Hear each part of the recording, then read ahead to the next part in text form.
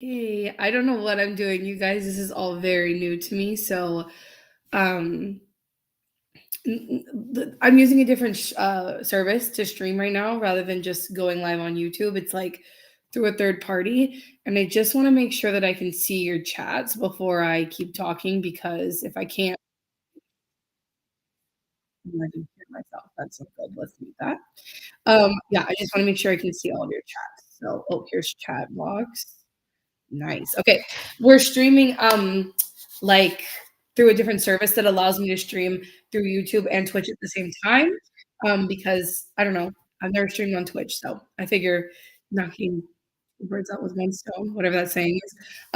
Yeah, we're gonna talk about a few different topics today. I've been sick for the last like week and I feel much better. Like I'm definitely better, but my voice is like still recovering and I feel bad because I kind of half intentionally took some time off in January because getting ready for the new year, my birthday, the holidays, but then I got sick and now I feel like my next video is gonna be a little bit late, so I decided let's do a live stream.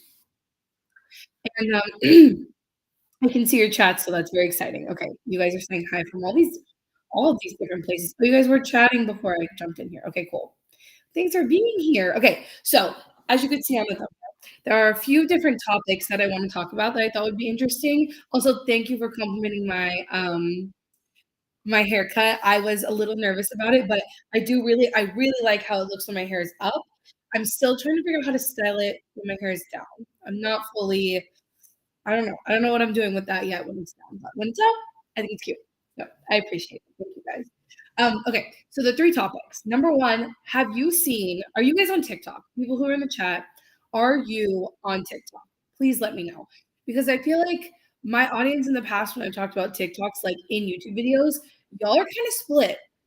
Um excuse me. Like I think a lot of you are not on TikTok. A lot of you are just like YouTube first people, which I get. That's also me. But I do like TikTok, so I'm just curious. Sometimes no TikTok. Okay, we love that. I don't have a TikTok. Um, oh, we're gonna talk about the Stanley Cup craze too, yes. But first, I think I'm trying to figure out who's on TikTok because I feel that a lot of the topics that I want to comment on, I saw them on TikTok first. And I need to know if you guys have heard of these things on TikTok. If you haven't, like maybe I need to preface. Does that make sense? I'll do TikTok lightly. Yes, TikTok. No TikTok. Not on it. I use it regularly. Okay, so we've got like a really good 50-50 mix, it looks like, of people who are on TikTok and people who are not. I think that actually all three of the topics that I want to talk about today, I first heard about on TikTok. So that's why I'm asking. So the first thing, since someone already brought it up, is the Stanley Cup craze. Let's talk about that first because I mean, I just have thoughts on it, and I think it would be an interesting discussion to have. But basically, this is a Stanley Cup, and also I have hesitated a little bit on talking about the Stanley Cup craze because I have one, obviously, but I feel like just me having one with no context gives me no right to criticize Stanley Cup craze. Um, but I will just say that I bought this cup not knowing it was trendy. This continues to happen to me. Actually, I think I might have bought it before it became trendy a little bit. Um, like I bought a fanny pack for a vacation a couple summers ago, like unironically trying to use it as a fanny pack. And then I found out after I had one that like wearing them in a certain way is actually trendy. Oops. Same thing with this. I was literally talking to my mom about how my hydro flask always falls over in my car and how I have water stains all over my seats because of it. And she has these like cups that look like this. They're not Stanley brand, but cups that look like this. And she was like, "You should get one of these, like it fits in your cup holder, whatever." So then I was at REI a few weeks later and saw this on their rack where they resell their returns, and I bought it. And then like a week later, I found out that apparently they were trendy. I didn't know. And so anytime I feel like criticizing Stanley cups, I feel bad because I but I only own one and I've had it for over a year already and I use it constantly. But what I want to talk about with this like Stanley Cup craze, um, like if you guys didn't see, again, I saw this on TikTok, but like Target and I guess Target collabed with Stanley to make a pink Valentine's Day Stanley and the craze to get one. People were like pushing each other out of the way, stomping over little kids, like waiting in line for hours to get this coveted pink Stanley. And I think the conversation there more than, like, buying a cup that you will use and is functional to your life is this constant cycle of, like, cups trending. Does that make sense? Like, I know Yeti was really popular once upon a time. I guess Hydro Flask was a phase. Again, I don't even realize things are trends when I buy them. Like, if I see something that is functional and I can get it secondhand and I'll use it long term, like, I'll get it. I wasn't aware that Hydro Flask was trendy when I bought one, but apparently they were.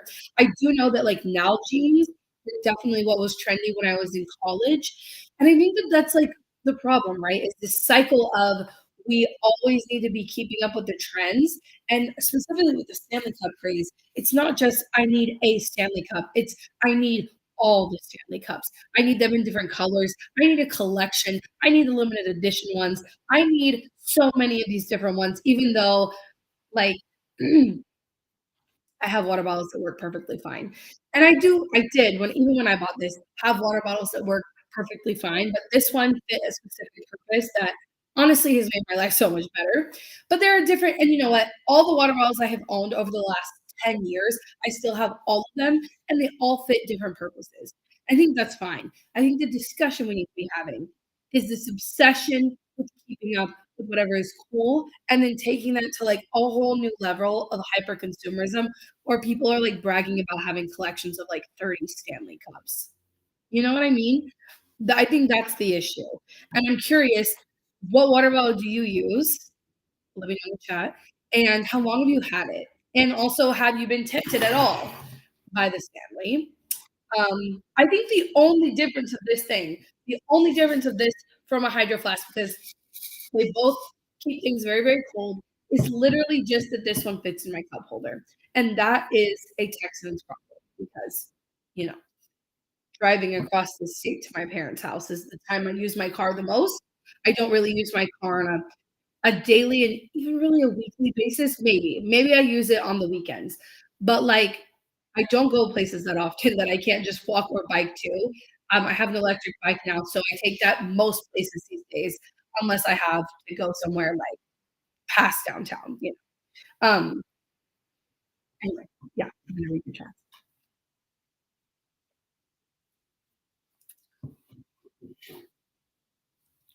I literally still have my Hydro Flask.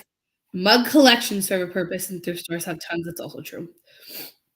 I love a good piece of pottery, but I've sworn off buying ceramics and pottery this year because I'm in a ceramics class, and like anytime I see something I like, I just take a picture of it, and I'm like, I can make this. I don't need to buy it. Now jeans.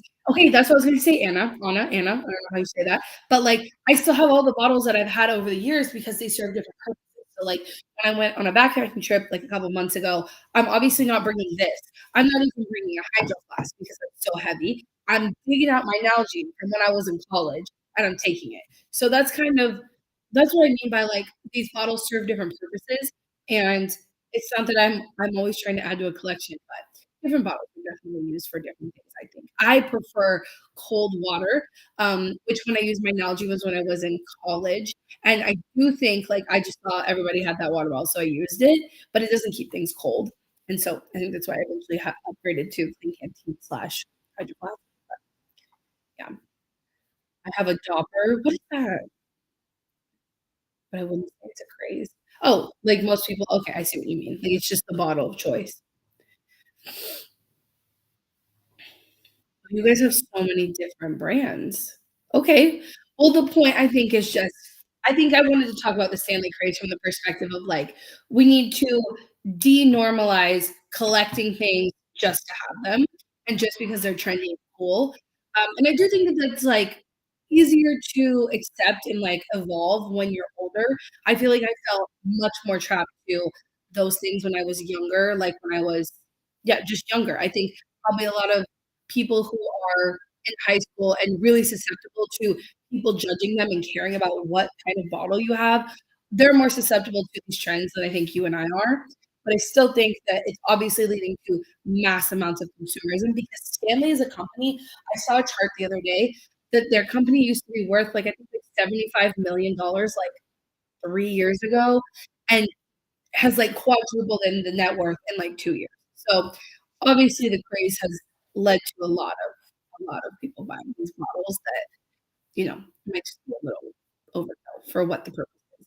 I also just think, like, for younger people who have been buying into the craze, they don't drive, so I'm not really sure what the cup holder situation there is, but anyway, okay. I just wanted to comment on the Stanley craze. Any other questions or comments?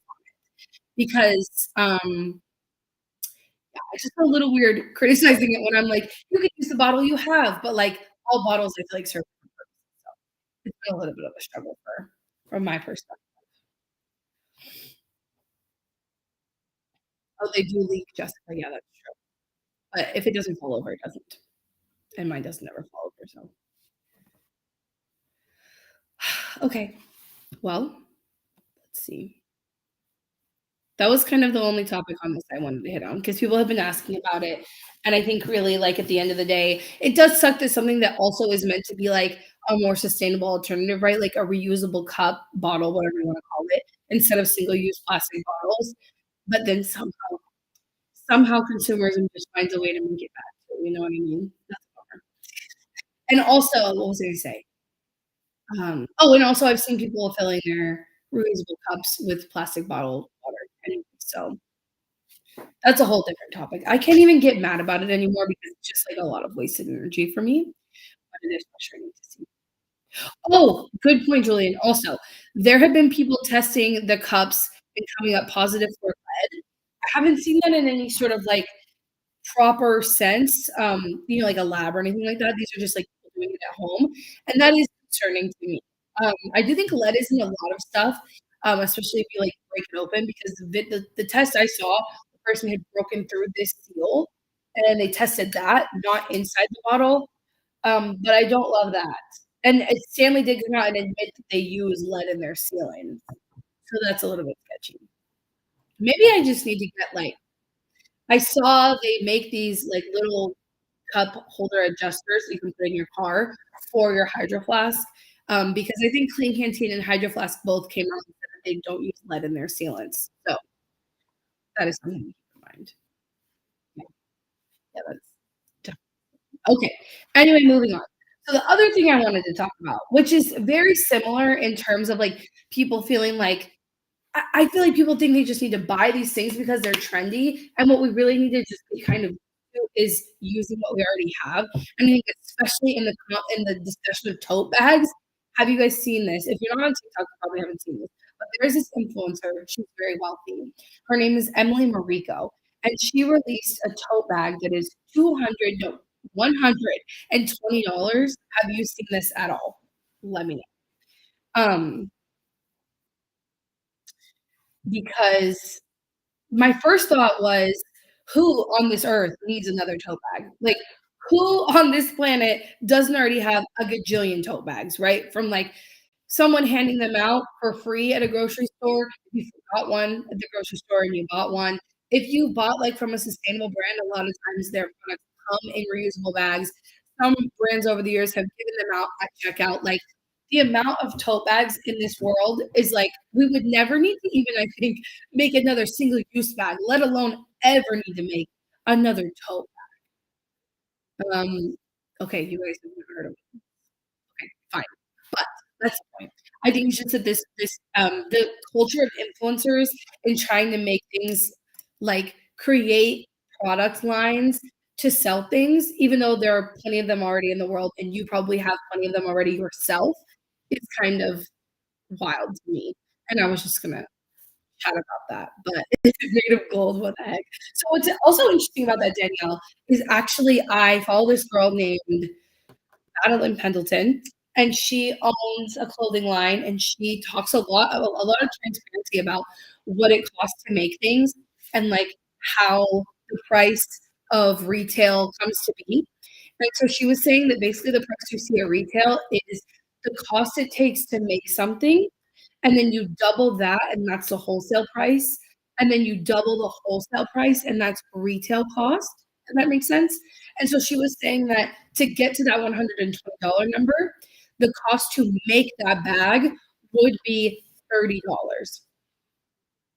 And basically, she was saying that's not that long of a shot. That to get to an ethically and sustainably made tote bag costing $120 retail is not that big of a stretch because that means that $30 would have been the cost of paying someone to make that bag, creating the, like, structure of it, like, coming up with the design, and then all the testing that it had to go through to get it right, and then actually the materials for that bag, the facility spaces, the shipping, the all those costs could definitely come up to $30. That's basically what she was explaining.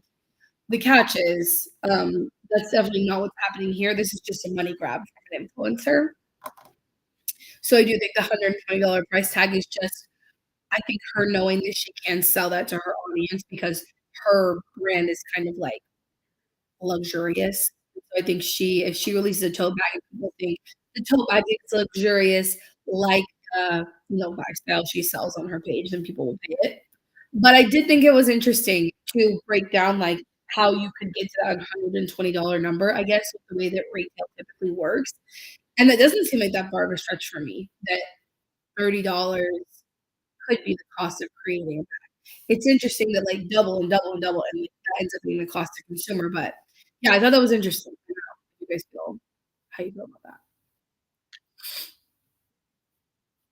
Oh yeah, I have so many reusable tote bags. Despite trying my best to avoid them, I started using them as gift bags. Yeah, absolutely. I recently did a clean out of underneath my sink, skincare that I think I've tried that didn't work for me, or my friends have given me some that I get in PR and things like that. And I just I listed on my buy nothing page last night or the night before, and all these people were responding, so I just put their little items in all of my reusable tote bags, like, "Please take this tote bag. You use it. I don't need it anymore." Yeah, I totally agreed, Emerald. The thing is so many places give out free tote bags/reusable bags, and we don't need any more bags on the planet. Exactly. There are plenty that already exist. I mean, in a world where we're creating something that's, like, perfectly structured and the ideal is, like, you're buying one of them and it's like a heirloom quality type of thing, maybe I'm having a but that's not, let me show you the tote bag that she made. For some reason, the TikTok on my iPad, again, we're not running a very high quality ship here. Oh, sorry. I don't know how to share my screen on through this stuff. Maybe I'll figure that out if I make these live streams a regular thing. But this is her tote bag. It's just this is me. This is me trying to show you things. Oh, there we go. Yeah. They actually don't look very structured at all. Um, At all, actually. They look very basic and plain, like, this is not something that's, like, revolutionary and new that I would think would cost $30 to me. And there's been no mention, that's actually one of the things I wanted to kind of go through, her website and see if it mentions anything about it being sustainable. It says it's 100% cotton, it doesn't even say organic cotton. It says it is made in California, but it doesn't specify, like, ethically or where or how or any of those things. Um, I figure that if there was a lot to brag about there, if there was a lot of thought that went into it to make it sustainable and ethical, then normally you would tell people that. If you got a $120 price tag on something because you put a lot of thought and effort into the sustainability and ethics of it, it would be on your product page, but it's not on your product page. So I kinda wanna make this a normal thing where I do live streams. I'm trying to figure out what that would look like because I've never done them normally before. But the same way I just kind of quickly went through, this is the page for her bag. Just kind of quickly went through and determined if I think there's any way that this justifies sustainable and, ethical production. I thought that I could make this one of my next live streams actually, where we go through an email that I get from brands and decide together if I think they're sustainable and why or why not. Um, and I got an email from one of the most viral, again, I think I'm putting too much on TikTok. I do love it though.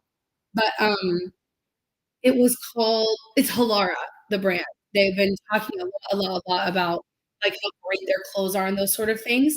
And I thought it could be fun if I could figure out how to share my screen with you and do it all properly, to go through their email and then go through their website and decide why or why not they're sustainable or they're not. So let me know if that's interesting. an interesting, live stream topic, and I'd like to make these more normal, so I think I also will do, like, Q&As from Instagram and stuff like that, so today I'm just doing, like, a few topics that I've heard about, and we're just chatting, and I'm kind of answering your questions, but that's one of the things I'm doing. I'm also just noticing that this Restream logo is up here in the top right corner. I'm pretty sure it's not supposed to be. I don't know how to take that off. Oh, let's see if I can get it to go away. Nice. Did it go away? Hold on. Sorry. I wanna make sure let me know if it okay, yes, I wanna wait for you guys. Nice. Okay. So, yeah, I think I wanna try to do these lives on, I think Thursdays, maybe Wednesdays, probably Thursdays, and let me know any ideas you have. That's probably next week we'll go through if I can figure out how to share my screen, we'll go through that if that's of interest to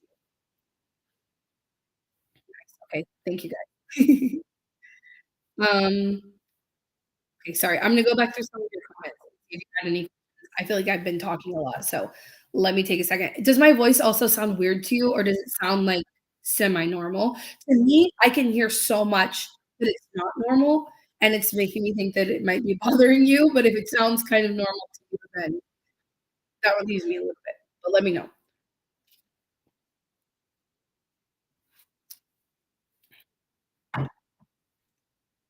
My audio is fading in and out, someone says.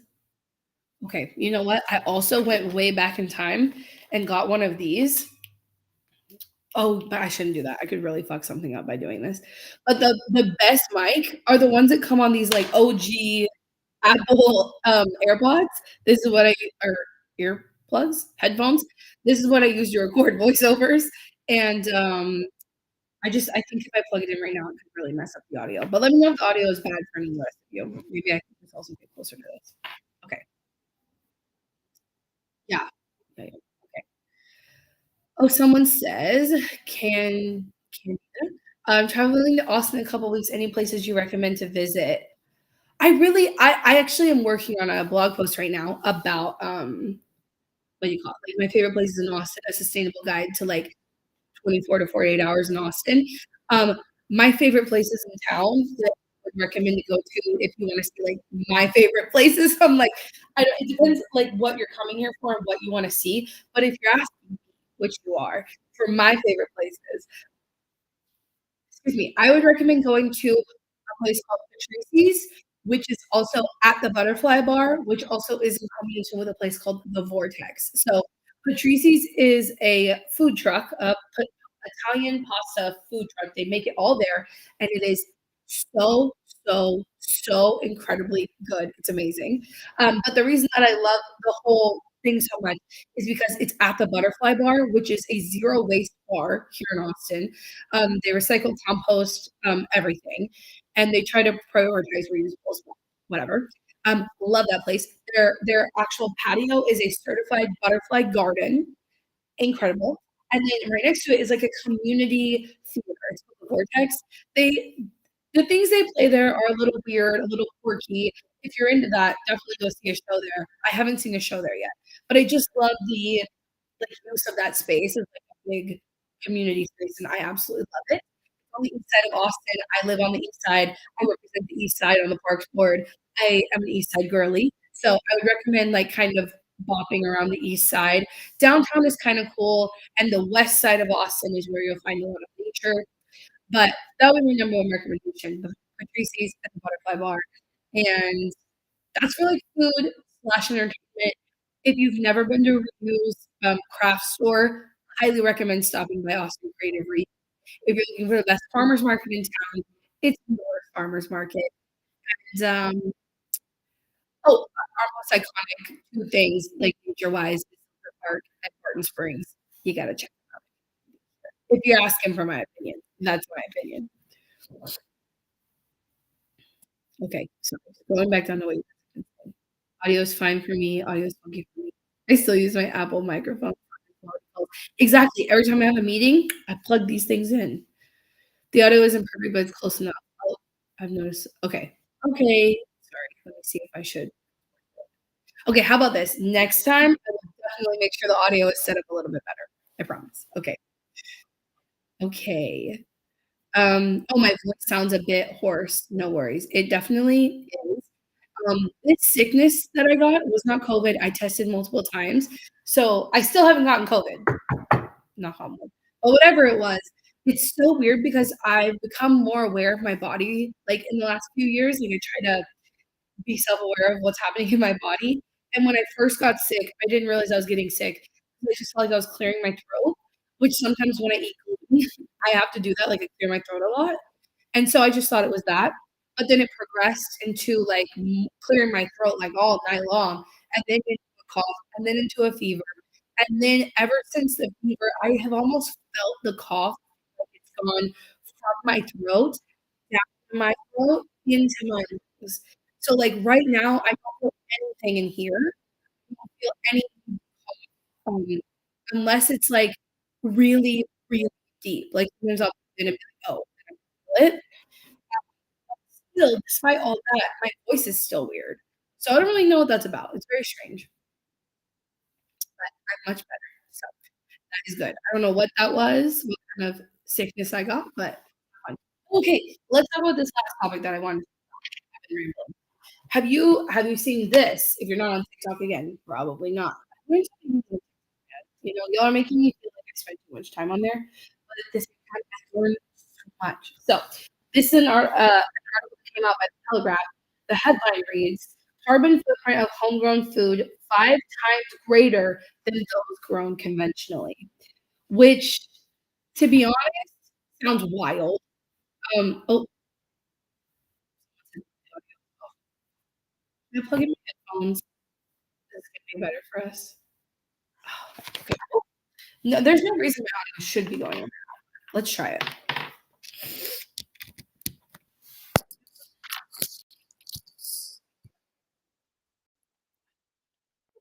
Okay, is this better?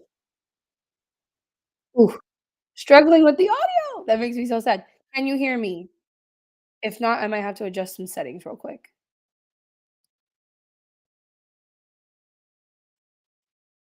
Let me know. Uh, in the meantime, I'm gonna make sure my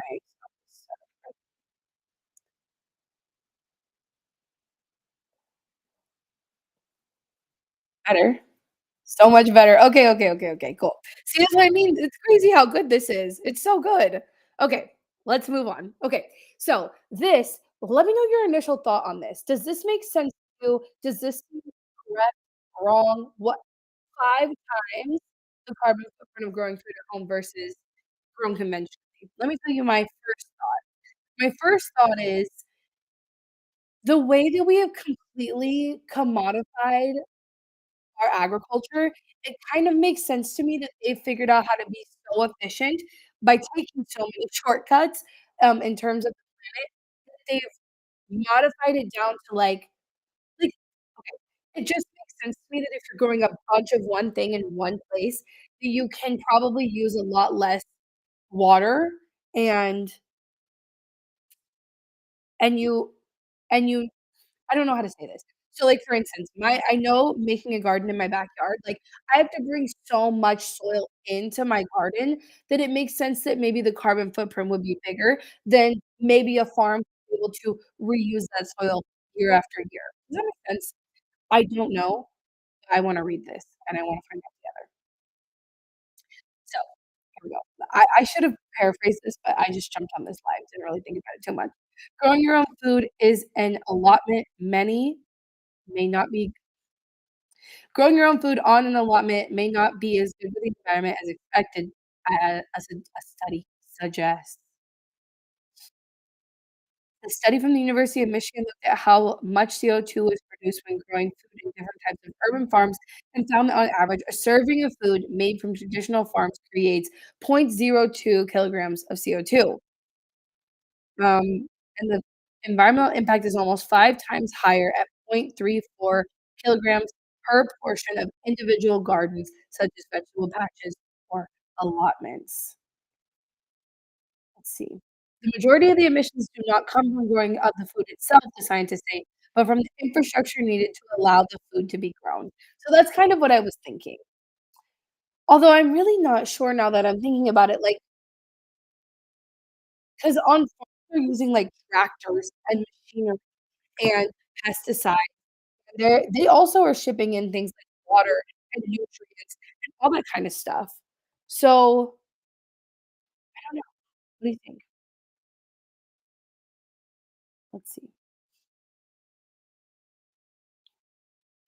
Could it be because of lack of gardening knowledge leading to increased waste and more? That's an interesting thought, Courtney. That's possible, yes. Well, we're gonna find out. Nina, buying seeds and seedlings produced by others may contribute to it. Right, seedlings instead of just planting seeds, right? Or because people will grow water and seeds crops without realizing or utilizing cover crops. I you know, I feel like the reason I'm so interested in growing things is because I like to try out more sustainable forms of agriculture, but I'm sure plenty of hobby gardeners don't think about all of that, so that makes sense. That does make sense to me. Chris says, "I read that article. The person who wrote it misread the study. It was so bad how they misinterpreted it." Interesting, would love to hear more about okay. Would love to know how you what else you heard about this. I didn't know that. I haven't heard that. Poorly managed compost and other synthetic inputs can be important contributors, though they were not the majority on most of our sites.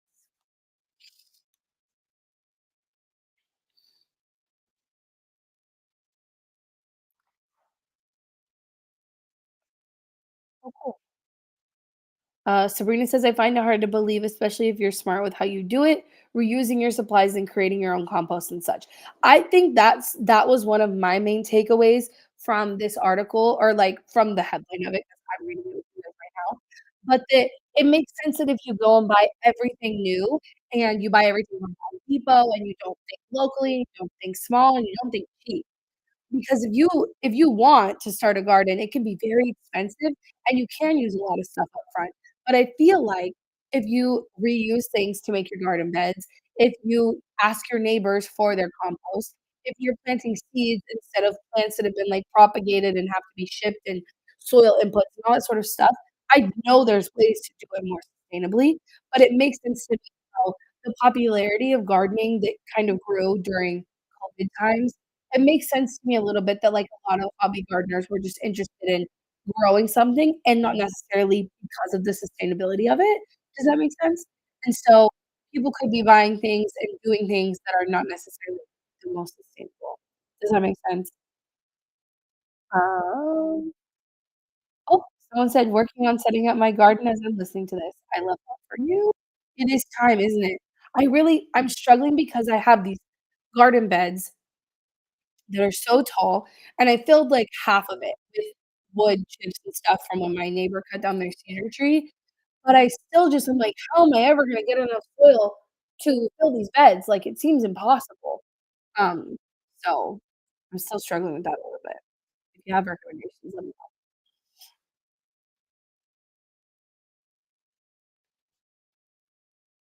This article is actually really short. There's not a lot of information in here.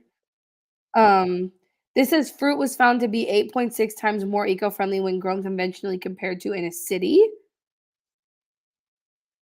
Conventionally compared to whereas vegetables were 5.8 times better for the environment when left to the professionals. Wow. But some crops have a lower carbon footprint than others and can help green members, better for the environment. Tomatoes grown domestically, for example, have a lower carbon footprint than conventional farming, as does asparagus. Well, tomatoes are the easiest thing to grow. Anybody who's ever had a garden, I feel like that was the first thing I started with was a tomato. Let me know about you, but oh, that was so fascinating. Also, asparagus takes forever to grow. Who is growing asparagus? I don't have the patience for asparagus. I don't know if any of you have ever grown asparagus, but it couldn't be me.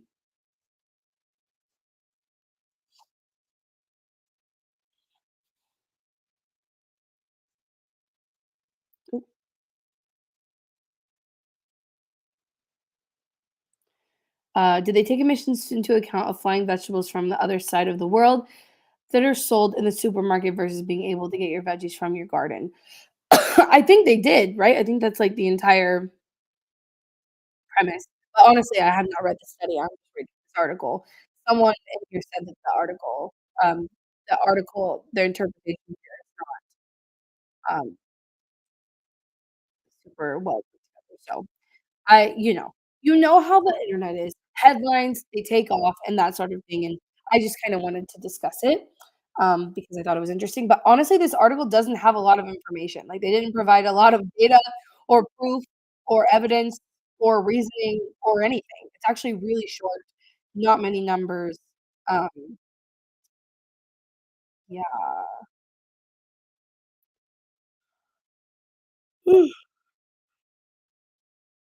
I don't know, y'all.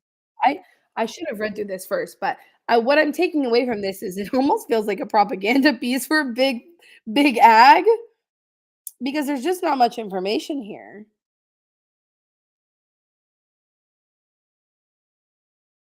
Mm, I live in a flat sorry, y'all. I live in a flat and I've been waiting on the wait list for a council allotment for over a year. I'm so sorry, that's a bummer, yeah. I definitely thought I was gonna have to wait a long time to get my plot when I lived in an apartment. Um, I think we only ended up waiting, like, 4 months, but I've heard that, like, the lines can be really, really long. They and I was also thinking I was driving through this development here in Austin, it's called Mueller. Excuse me.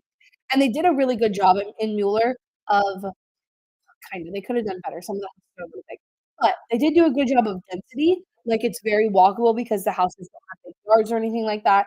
They did a good job of making, like, a walking, running trail. They did a good job, they have, like, a food forest, they have parks, they have pools, they have walkability to cafes and a movie theater, and, like, they did a good job with the development, but I was thinking, like, I wonder why it wasn't calculated into the development plan to have more community gardens, especially in a community where they don't have their own, like, space for a garden.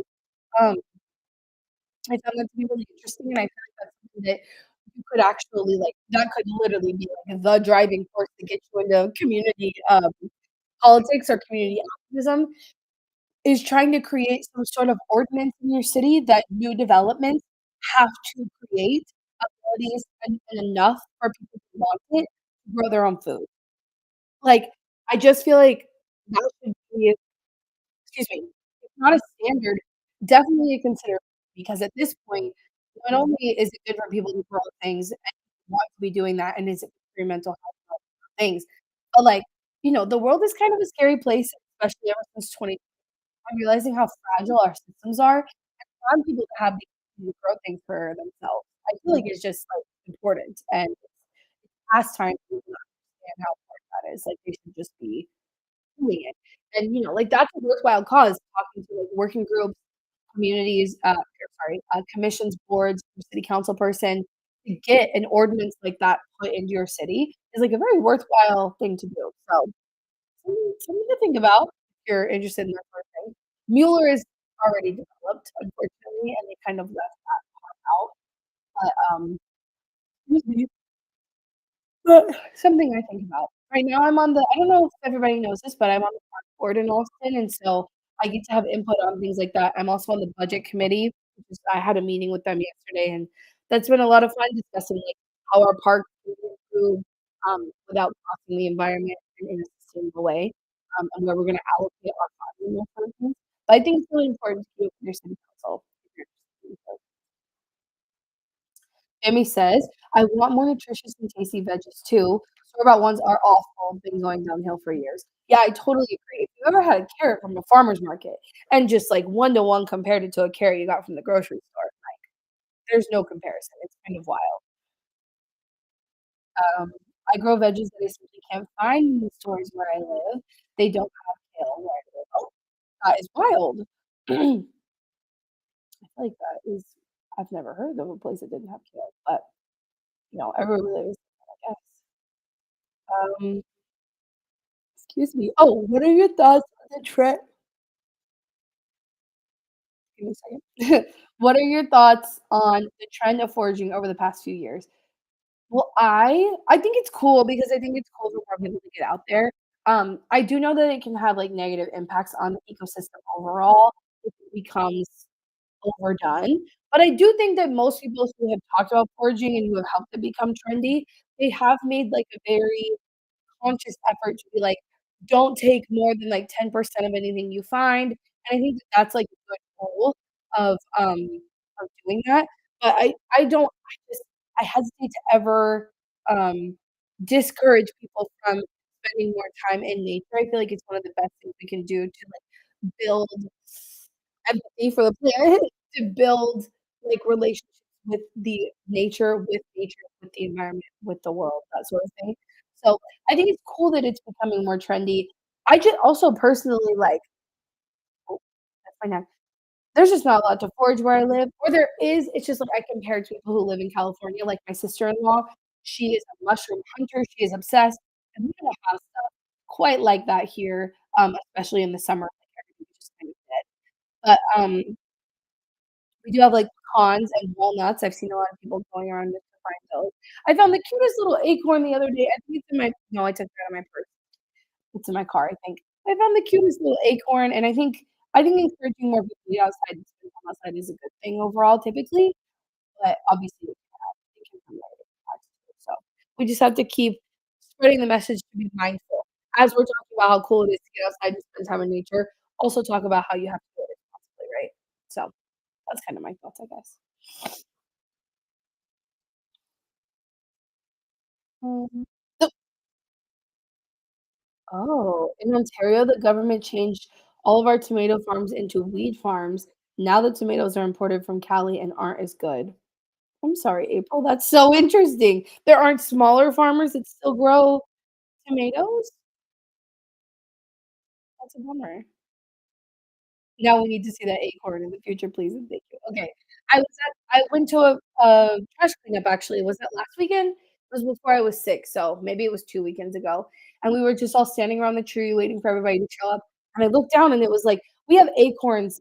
My mom has an acorn tree in her backyard that my grandma planted like 50 years ago, and it is massive, but the acorns it puts out are like this big, and this acorn I found while I was standing waiting for everybody to get there at the trash cleanup was like this big. It was just huge, like this whole size. I could go grab it. Maybe I will. Okay, please pause. Feel free to chat with yourselves in the chat, and then I'll show you my acorn, and then I'll let you go because 'cause we've been on here for a while, and my poor little voice needs to rest. Okay, give me a second.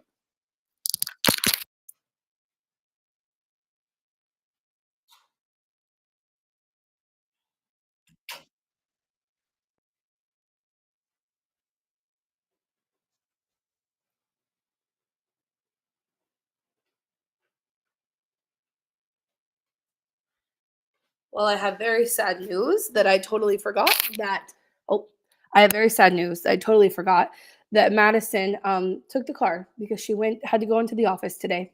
So my acorn is at the office. Oh, I'm not but thank you guys for joining my live stream. Again, this was just a test. I'm very interested in doing this on a weekly basis. Would love for the topics to be more topical sometimes, like we sit down and we have a purpose as something I wanna talk about. Sometimes I just want it to be like we're chit-chatting, a little bit of a Q&A. Sometimes it'll be hot topics. So I actually also let me get you the link to this. I set up a Discord so long ago, and I never announced it, never shared it because I don't use Discord very much. The only Discord I think I use at all is the H3 Discord, and I rarely get on there. But I do think Discord is a really easy way for us to have discussions about what we would wanna talk about on these weekly live streams, and so I created a Discord. It'll be a great place. When you go here, I'm gonna put the link in the chat, and I think it's also in the description already, actually, 'cause I thought about this. Um, Give me 1 second. So, the link should be in the chat in just a second. Okay, so in the Discord, once you go to that link, um, there is topics. Text it says text channels on the left side, and the third one says current events and then live so if there's anything you see throughout the week or anything in general that you want to talk about, if you use Discord, that's a great place to chunk it. You can also DM me. If you use Discord though, it's just a way for you guys to all talk, and then I can come in and see what you're talking about, and then it can be like a whole community discussion. And this is like a big broad plan that I like would really like to work out. and to do these more normally because I like to connect with you guys, and every time I've done a live stream, people love it. You guys say you want them more, so I'm trying to find out a way to do that. So that's all that is. Um, but thank you guys so much for being here, and I will try to